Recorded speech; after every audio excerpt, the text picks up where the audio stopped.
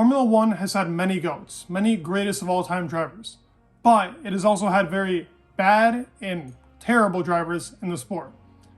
Now, what if I told you one driver actually fit the description for both GOAT and terrible driver?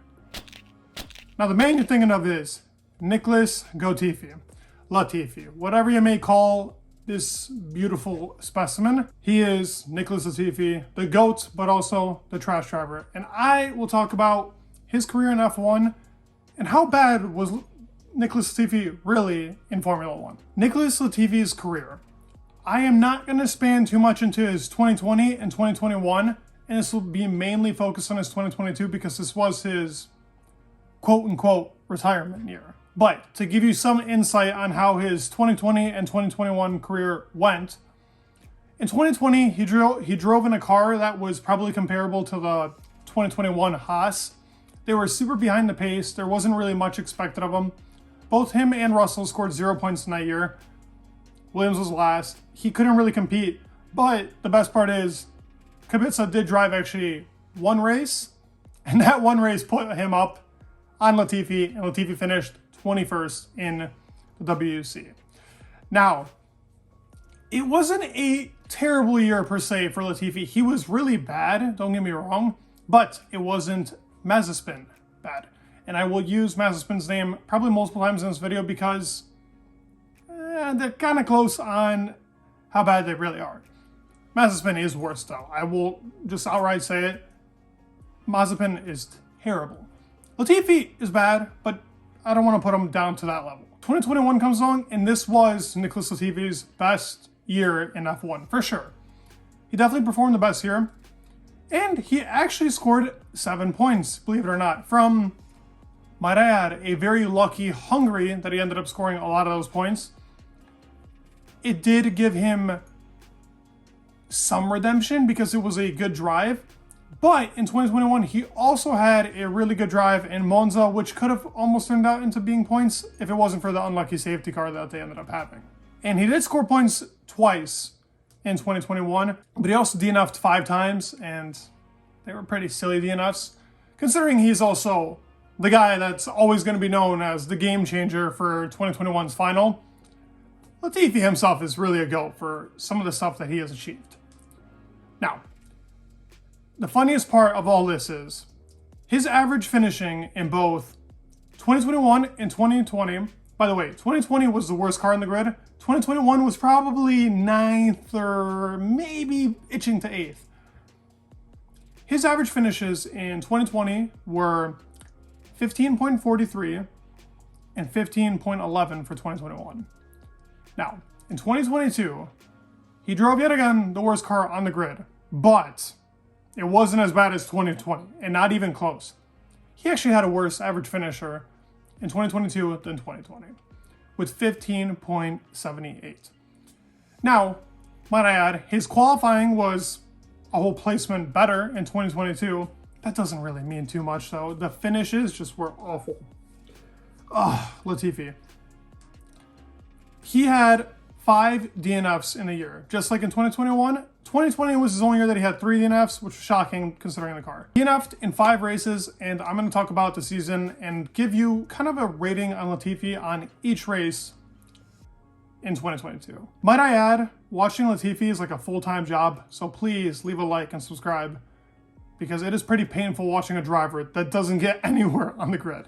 Okay, we start off in Bahrain, which actually is a pretty bad performance, but not the worst. He kind of competed in this race with others. He did beat Nico Hülkenberg. Yeah, and that's not really proving much, but he did beat somebody. So that is an achievement for Latifi, and I will not grade Bahrain a really bad start to the year for Nicholas Latifi. It was an okay start, and a lot of these are going to be bad, so I'm going to cut him some slack on the first race. Now we go into Saudi, and let's get it rolling. Let's get the Latifi hype train rolling. No, there is no hype train against this guy other than he is ready to crash on will. He crashes in qualifying. He crashes in the race. He spins in practice. Oh, he does it all. This Saudi was a awful, as I would call, a Mazepin type of weekend. We go into Australia, and yet again, another awful incident happens. More in Lance, might I add, and the car had to get constructed. He didn't compete in qualifying. He only had one lap, so there really wasn't much to be done here. But it was terrible in the race too. When your teammate finishes in the points and fights for a P6, P7 at some point on tires that are extremely old, you gotta think to yourself, man, I am super behind. And that he did. Finished 16th. Latifi, another bad race to add on. Emilia Romaganda. Did I say that right? I don't know. Imola. He finishes 16th again, and yet another race where I don't really know what to say. It was a wet race. Latifi is the goat in the wet, clearly. Look at Silverstone. We'll talk about that later. But it wasn't a good race for him. He did finish ahead of a couple people, but that was because of like crazy circumstances, and I'm not really giving him the credit for it. It wasn't a good race by him, but it wasn't a terrible race from him. Now Miami. Miami is actually an okay race for the Nutella Man. He doesn't do terribly bad in Miami, and he kind of performs with how well you can expect a car to perform to. He finishes P14. Alex does finish in the points at P9, so yes, he did outperform him, but I'm not expecting Latifi to outperform Alex, considering I've watched the whole entire 2022 season. They're clearly a different skill level, but I am expecting Latifi to be close. You know, I mean, he was close to him in F2, and he was doing okay in F2, so I would expect him to do decent in F1 near Alex, or somewhere within a 2/10 range at least, but he's off in qualifying every single time. Now, we go on to Spain, which actually was probably the only race that Latifi was better than Alex in, and it had a lot to do with the car being broken for Alex and the car just not performing well at all. Spain is kind of the track that Williams was least looking forward to, especially with that no downforce and super straight line speed. They couldn't perform here, but I gotta give credit where credit's due. He did beat him. He was close to him in qualifying as well, and Latifi was not having a bad Spain race. Depending on what you think of, not bad. We move on to Monaco, and yet again, Latifi actually competes with Albon here because Albon is having a bad race. I mean, every driver has his bad races. Latifi, 20 out of 22 are bad, but I will give him credit. It's an okay time for Latifi in Monaco, with the exception of, oh man, I can't watch this dude. It's just like, how do you do that? Then he's like, the car just won't turn. Buddy, come on, man. Him and Lance did that stupid hitting into the wall while it was wet. We all know that your car's barely going to be turning. Drive slower, man. It's under safety car. What are you doing? What are you doing, Latifi? Monaco, thumbs, kind of in the middle. He did okay in the race. We move on to Baku, where the car probably should have performed a little better, but this guy was nowhere in the pace. He was really nowhere to be seen. He was competing with nobody. He was really off the pace, and just a pathetic race altogether. The race is definitely bad.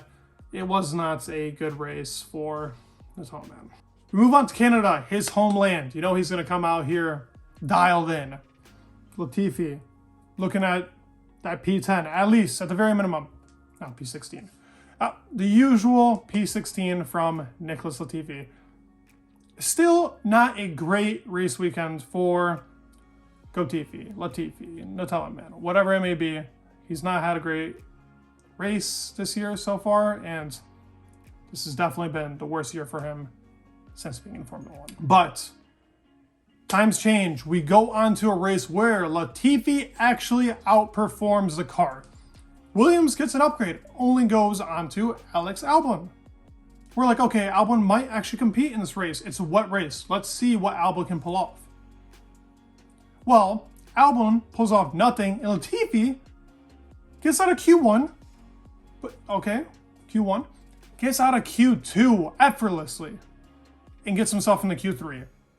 Oh, but then he does a beauty and goes a second behind practically everybody in Q3. But disregard that. Let's not think about that. He got into Q3 for his first time in his career. First time being 3 years into sport. I get it. He's in a Williams. It really shouldn't be performing ever in Q3. He only had like 6 Q2 performances. I'm pretty sure that's the right number. But a Q3 performance, that is impressive. hands down to Latifi here. And yet again, he had a ridiculous start. Play the track, man. Gets away well, as does Lando Norris, as does Lewis Hamilton, who's already ahead. Now that you saw that start, that was a beauty by Latifi, and hey, I applaud him for it. That was a great start. He did well there, and he did as much as he could do in the race. I didn't expect him to be able to keep a P10 position, really, considering it was a track that probably wasn't well suited to Williams. But he did a good job, and I would give this a great for Latifi in Silverstone. Oh, but now we move on to some gems. We got Austria and France, and I'm putting these two together because they are both DNFs from the Latifi guy. He does not perform well at all in either of these races. He's just nowhere. He's off the pace completely. There's also problems with his car, so I'm going to give him the benefit of the doubt and say that for both Austria and France, he wasn't doing well. France was better. He collided with Magnussen at some point, which was kind of K-Mag's fault, but he had no business being in that position anyways. He was far behind the grid anyways. So both meh races, I'd say, for Latifi. Hungary comes along, and guess what he does? He puts it into P1 in practice 3. Come on, man. Come on. The only P1 that we will ever see for Latifi. That picture should be framed somewhere in his house because, yo, who expected that? Who expected that? And I'm pretty sure that both Williams were actually in the podium for practice. Now, I know I get his practice, but it's Latifi we're talking about here. This is an achievement like no other for the guy. So, Hungary is goated. Yep, goated performance. No need to talk about it anymore. Finished P18 in the race, but disregard that dude finished first in practice. We move on to Belgium, which is a horrendous weekend by Latifi. He's back to his Nicholas Latifi self, making sure that he's showing that consistency and that form throughout the year. He finishes P18, just like in Hungary, by the way, might I add. He goes actually on a triple streak, by the way, at these P18s. So just wait for the next one. It wasn't good. Belgium was bad. It was a bad performance where Alex actually finished and had a point. It was a race where they were supposed to perform well. They didn't perform well. We move on to Netherlands. Another race we knew this Williams car would have no chance of competing with the rest of the grid. Might I add, this was the closest grid we had in qualifying ever. And Latifi still super far off the pace. And yet again, another P18, keeping that consistency up for Latifi. Now we move on to Monza. Nick de Vries sits in the car for Alex Albon, who had appendicitis. Now we were all like, okay, Latifi, you have to show up here. This is your time to perform, man. The best track for the Williams. We already know it's a track during the corners, but man, that thing's got straight line speed. Points are attainable for Williams here. We could potentially get them. He doesn't get them.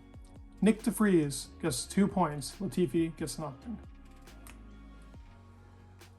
The best track for him, he messes up. Blames the car completely. You could tell he was frustrated, and I will give him that, like, how would you feel if somebody sat in your car for the first time, gets points, and you don't? I get the frustration, but man, you cannot underperform in performances where you need to perform. He gets out-qualified on a one-lap Nick de Vries, might I add. His lap got deleted twice. On a one-lap Nick de Vries, he gets out-qualified. Like, Latifi, you're just rolling heads, man. You're rolling eyes. Nobody wants to watch that. Come on, dude. You needed to step up, and you didn't, and for that reason, it is a terrible performance for Latifi in Italy. Now we move on to Singapore, and this is a laughable performance. It was white. He could have done something. He did nothing. He was actually losing the race to Alex Albon, who had appendicitis and crashed into the wall 3 or 4 times in that race. He was not doing well at all, but Latifi was doing even worse. Practically just crashes into Joe with no regard into what's in his mirrors. Had no look, didn't even care. Completely screwed the race for both him and Joe. So, well done. Now, we're on to Japan. The best race of the season for Latifi. This was a go-Tifi performance, might I add. Him and a 4-time world champion decide, let's go for it. Let's go for the intermediates right off the safety car restart. They do that. He comes back, keeps up the whole entire race to finish in P9. Well done, Latifi. But this wasn't what made his performance amazing. It's what he did in practice. Yep. he took the wrong turn. It was calculated though. He had it calculated down. He had to know where he was not going to turn to be able to know where to turn in the race. See, smart thinking by that man. Latifi really killed it in this race though, on a real note. He did really well in Japan, and props to him, man. He scored points in a season that I thought he was not going to score points. I actually had a bet with somebody that he was not going to score points. He did though.